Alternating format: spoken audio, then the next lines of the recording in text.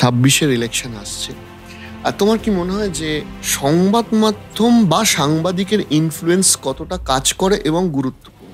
আমি বিশ্বাস করি ভারতের যারা ভোটার্স তারা অত্যন্ত সচেতন এবং তারা তাদের ভোটের গুরুত্বটা বোঝেন। এটা ইন্দিরা গান্ধীকেও তারা বুঝিয়েছেন, এটা বাজপেয়ী সরকারকেও তারা বুঝিয়েছেন, এটা মমতা ব্যানার্জিকেও তারা বুঝিয়েছেন, এটা নরেন্দ্র মোদীকেও তারা বুঝিয়েছেন।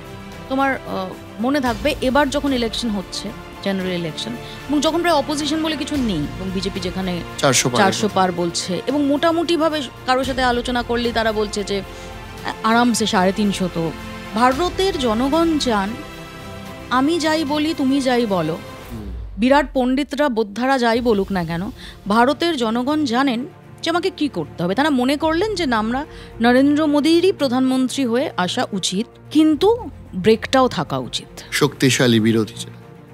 শুধু তাই নয় যে আমাকে এখন একটা বিল পাশ করাতে গেলে আমাকে এনডিএর মতামত নিতে হবে, শুধু বিজেপি দিয়ে আমি সেটা পারবো না।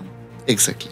তো এই যে চেকস অ্যান্ড ব্যালেন্স, ভারতীয় গণতন্ত্রে একটা চেকস অ্যান্ড ব্যালেন্স রয়েছে, যে কারণে আমাদের ডেমোক্রেসি এত স্ট্রং। আমাদের চারপাশে যদি দেখি অন্য দেশ আর আমাদের দেশ, আমাদের ডেমোক্রেসি এত স্ট্রং।